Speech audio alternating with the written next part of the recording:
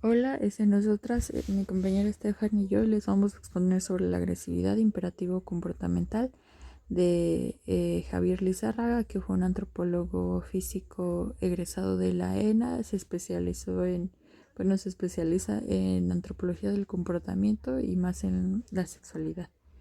Y bueno, en este texto empieza con el territorio de la subjetividad y nos habla un poco sobre cómo el animal humano va a ser como el epicentro del hacer antropofísico y que al mismo tiempo pues va a ser muy fácil estudiar al animal humano, fácil porque pues se puede comunicar uno con el objeto de estudio, pero difícil porque existen muchas subjetividades. Entonces pues esto va a complicar un poco más el trabajo. Y también nos habla sobre observar e interpretar dinámicas de una biología singular, que este sería el animal humano, interactuando con un entorno singular, que sería los espacios humanos. También nos menciona dos conceptos sobre la endogenia y exogenia. La primera nos describe como el organismo, el grupo o la especie en sí. Y la exogenia va a ser el entorno donde se expresa o se desenvuelve este individuo o la especie. Y también pues hace mucho hincapié sobre que ninguna realidad humana va a ser como 100% comparable con otra realidad humana, sino que va como tener cada como matices, no sé, podría decirse así, de la realidad. Bueno, y nos habla sobre las conductas codeterminadas por la biología y por la estimulación proveniente del entorno, y las cuales se van a expresar pues en un momento dado, permitiendo sus estructuras y cualidades. Y esto es importante mencionarlo porque estos patrones comportamentales nunca van a ser como inmutables y no responden como a mecanismos tan rígidos y automáticos como muchas veces creeríamos. Y también nos habla sobre los escenarios cambiantes, que estos van a ser en su mayoría de veces directas e intencionales, ¿no? Por los grupos, la especie o el individuo, para aprovechar pues el entorno y sus cotidianidades. Y entonces nos plantea que si se puede hablar de comportamientos instintivos, y pues va a ser como difícil pensarlo de esta forma, porque aunque sí hay como ciertas acciones innatas o términos de reacción en el ser humano, y ponen el ejemplo de la mano, ¿no? O sea que si ponemos la mano al contacto de una flama, pues nuestra reacción va a ser quitarla, y más bien nos hablaría sobre una reacción reactiva. Y bueno, esto está un poco más en esta diapositiva, que es la diferencia entre el instinto y el comportamiento. Y en el instinto, pues sí hay formas, como ya dije, innatas de ciertas acciones, pero más que nada se va a hablar de acciones reactivas y no de una instintividad comportamental. Y mientras tanto, ya en el comportamiento se va a hablar sobre una relación con del animal humano, con los componentes del entorno, donde se abren y cierran como encuentros, ¿no? Y contactos. Y también pues esto va a ser como una compleja interacción, ¿no? Con las realidades, espacios o formas de vida y otros fenómenos, ¿no? Y esto ya podría hablarnos de un comportamiento, porque ya es un proceso continuado de reorganización, y pues la especie humana es capaz de crear un mundo simbólico que va a permitir significar pues diferentes realidades y construida a partir de diferentes concepciones. Y bueno, ya aquí puse como unos puntos importantes que también habla el autor sobre la realidad experiencial, sobre que pues hay singularidades en las maneras e intensidades del sentir, Y pues en sí el animal no es lo que tiene, o sea, la forma viva, sino que también es lo que hace y lo que siente en cada momento de su vivir. Pues hay que pensarlo, no nos dice no solamente de una manera biológica, sino también sensible y comportamental, porque eso es lo que es. Y también nos habla de las maneras de estar, de ser y estar en el mundo, y estas se resuelven mediante el comportamiento con diferentes números de actividades, de reacciones y que permiten adecuarse como al entorno, que esto va un poco con el siguiente punto, que es la plasticidad y transformación, porque aquí va a haber como pues si se adecua uno al medio ambiente o se puede adecuar este a las diferentes necesidades del momento o las situaciones. Es por eso que se habla de un doble sentido. Y el siguiente punto es sobre el comportamiento, pues nos habla que hay una pues gran gama, ¿no?, de ser y estar a través de los procesos fisiológicos, movimientos o actividades, y todos estos van a configurar 4 imperativos comportamentales, que son los siguientes, que son la agresividad, la territorialidad, la sexualidad y la inquisitividad. Y pues aquí nos habla sobre que una conducta pues no meramente es como agresiva o sexual, sino que tienen como un poco de cada una, y también va a tener como componentes fisiológicos y va a depender de menor o mayor medida. Y en particular se toca el imperativo de la agresividad.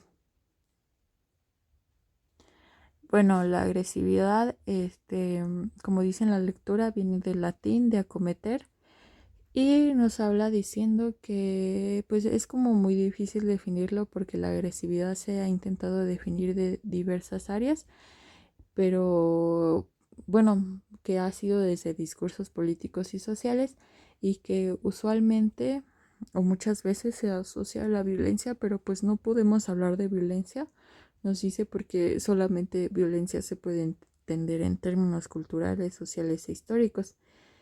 Y pues es necesario entender que esta conducta agresiva hace referencia a un conjunto de acciones que pueden manifestarse con diferente intensidad, y la manifestación comportamental compleja básica, bueno, es básica para la supervivencia de los individuos y va a estar como orientada a conseguir distintos propósitos. Y pues nos dice que esto interactúa con el resto de los imperativos que se mencionaron comportamentales y también los imperativos fisiológicos. Y nos menciona que hay 2 tipos de agresividad: la agresividad constructiva y la agresividad destructiva. La primera es la expresión que de alguna manera apoya al individuo o a la especie para sobrevivir, y la segunda ya tiene como intenciones más dirigidas a atacar o provocar el daño, que se asocia más con la violencia. Y bueno, en pocas palabras se puede decir que la agresividad tiene acciones y conductas, pero más que guiarlo más hacia la violencia, más bien es como a conductas a la autoprotección del individuo o a la defensa de los accesos o de los recursos básicos, ¿no?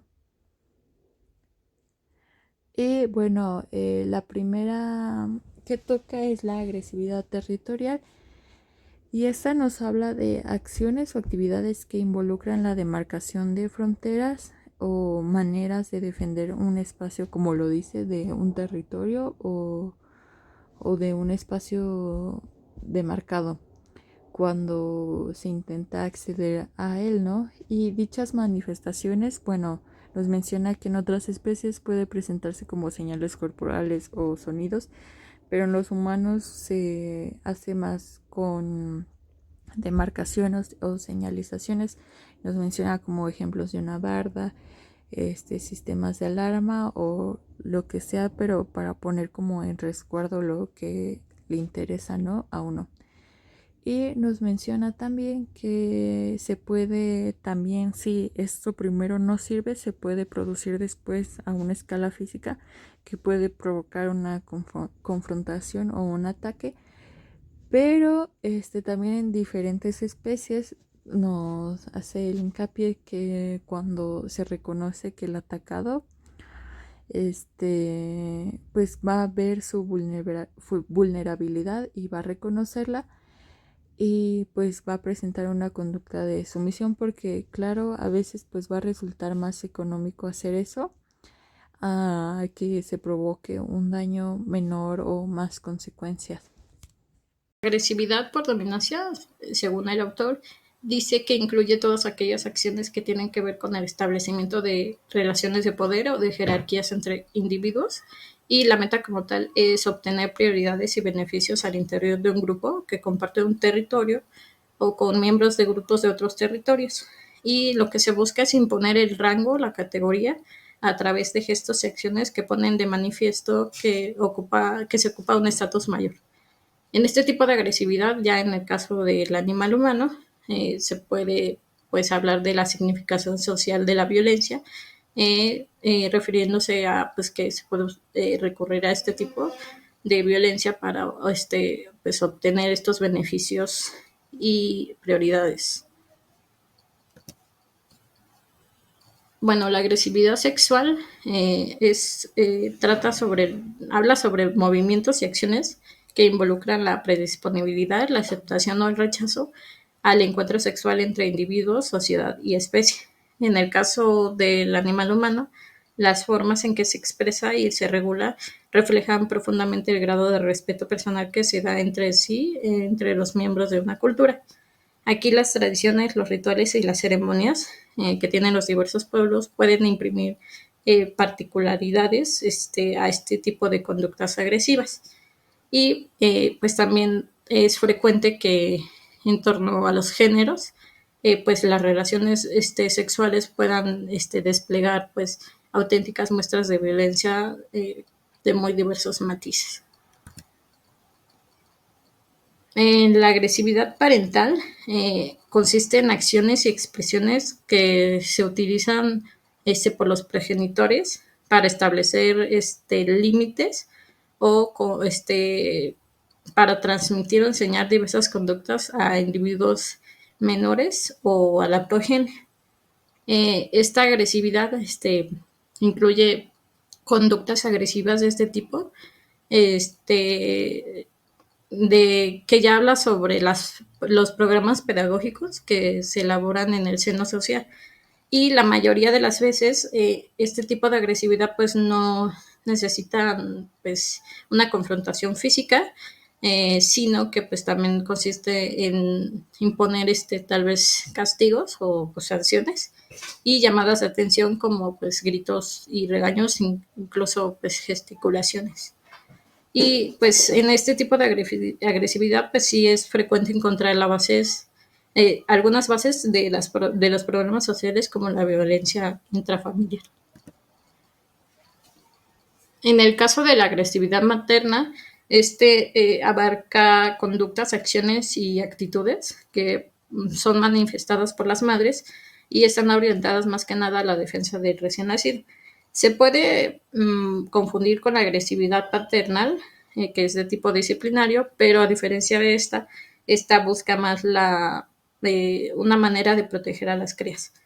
Y también se puede ver que en este tipo de agresividad hay muchas formas que tienen que ver con relaciones altruistas entre los individuos involucrados. La agresividad predatoria, según el autor, dice que esta está vinculada a la obtención de algo, ya sea un objeto u otro individuo de diferente especie o de la misma, y normalmente esta se confunde con las conductas de la agresividad de dominancia. Bueno, ya por último, la agresividad lúdica, como dice el autor, tiene que ver más con esta relación que hay entre el juego y la agresividad. Y más que nada habla sobre los aprendizajes que se obtienen para saber y estar en el entorno. Es decir, que pueden darse juegos entre crías o entre crías y adultos que pueden servir como estimulantes ante respuestas estratégicas para la depredación o bien para el libramiento de ataques. Ya en el caso concreto del animal humano, habla sobre el origen auténtico de costumbres y realidades socioculturales.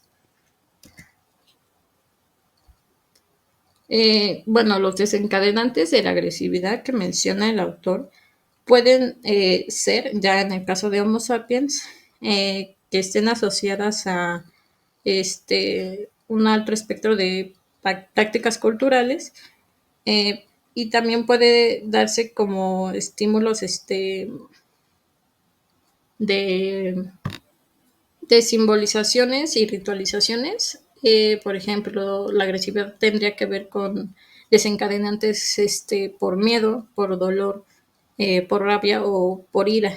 Ya en casos muy puntuales, eh, el autor dice que él puede identificar 8 tipos diferentes de desencadenantes de la agresión, como puede ser la necesidad alimentaria, la presencia de un depredador, la intrusión de un extraño en el territorio, la presencia de un agente amenazador de las crías.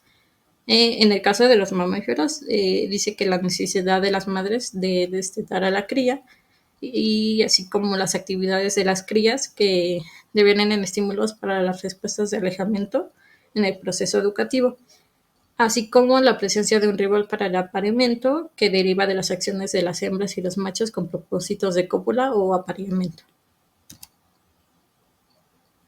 Bueno, el autor, pues como tal ha querido hacer en toda la lectura, es hablar sobre que en la agresividad hay diversos factores, y que no solo, o sea, que son muy complejos y que tienen que ver sí con, por ejemplo, la acción y reacción a un cierto tipo, a un cierto número de sustancias y secreciones, así como por cualidades expresadas en el genetipo, es decir, pues biológicas, pero no solo se debe de pensar pues este fenómeno de la agresividad por factores biológicos, sino que también están involucradas pues el entorno, así como la influencia o la interacción que se tiene con otras especies de seres vivos, ya sea de la misma especie o de otras especies.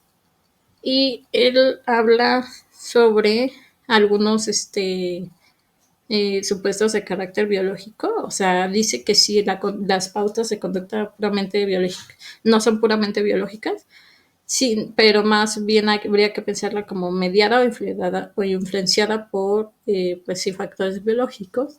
Y habla de tres supuestos, que serían los supuestos genéticos, que tendrían que ver más o menos con esto que han intentado, o sea, como de asociar la agresividad a tal vez mm, a los trisonomas, perdón, a los cromosomas. Por ejemplo, se da un ejemplo de que en la cultura occidental eh, pues se ha intentado estudiar esto porque pues la mayoría de las personas de población carcelaria son de sexo masculino, entonces se han hecho estudios en los cromosomas y se ha investigado que la criminalidad nata en individuos se puede dar en el trisonomía tipo XYY, y que los individuos con trisonomía XY, por el contrario, son personas que son muy pasivas, y este tipo de cosas. En los supuestos neuroendocrinos, habla más de las sensaciones y del miedo, o sea, y del dolor que influyen en el comportamiento animal, y habla de 3 niveles de control. Por ejemplo, habla de estados de preparación para la acción, en la que están involucradas sustancias tales como los andrógenos, los estrógenos y las hormonas luteinizantes. Y también habla sobre respuestas rápidas ante el estrés, en la que pueden participar las catecolaminas, así como respuestas sostenidas ante el estrés, en las que se ven implicadas las catecolaminas, particularmente la norepinefrina y la dopamina, y que están relacionadas con la agresión de tipo irritativo. En los supuestos cerebrales, él habla sobre la actividad cerebral humana, y que ésta es capaz de integrar niveles de agresividad de complejidad creciente. Habla sobre estructuras del cerebro. En específico, el autor menciona tres subsistemas construidos en torno al cerebro reptiliano, al cerebro emocional y al neocórtex. Sobre el cerebro reptiliano, él dice que está relacionado principalmente con pautas básicas de conducta, como las relativas a lo que es la caza, el apareamiento, la alimentación, la competencia, la imitación y la dominancia. O sea, es decir, a conductas que están relacionadas con el uso del territorio y pues que van como alertando de posibles escenarios de peligro. Ya el otro, que es el cerebro emocional, que también se llama el segundo cerebro de MacLean, está representado neurológicamente por el sistema límbico. Proporciona soporte biológico a la vida afectiva y está constituida por la relación de campo-amígdala, fundamentalmente las situaciones de lucha, y permite el aprendizaje incorporando la actividad presente de las experiencias del pasado. Ya sobre el neocortes, el tercer cerebro, permitiría la capacidad de anticipación. El individuo puede incorporar tanto experiencias del pasado como del futuro, o sea, predicciones en el futuro. Y esta información que recibe el neocortes la recibe tanto del cerebro reptiliano como del cerebro emocional. Eh, y pues también la recibe del mundo físico y social, o sea, no es directa, sino que llega pues sí a través de estas dos estructuras. Eh, pues ya como conclusión, pues, o sea, sí, lo que hizo el autor fue hablar que la agresividad pues depende, en el caso del ser humano, de las maneras en que el individuo interactúa con su entorno. Y aquí puse una cita que dice que dicha interacción produce un aprendizaje generador de conocimiento que no es un reflejo de una realidad dada, sino el producto de una traducción y reconstrucción cerebral a partir de una codificación y significación que parte de los sentidos. O sea, es decir, que pues no es de una realidad dada, sino que se va construyendo o estos fenómenos de la agresividad pues van a responder ante una situación específica. Y bueno, eso sería todo.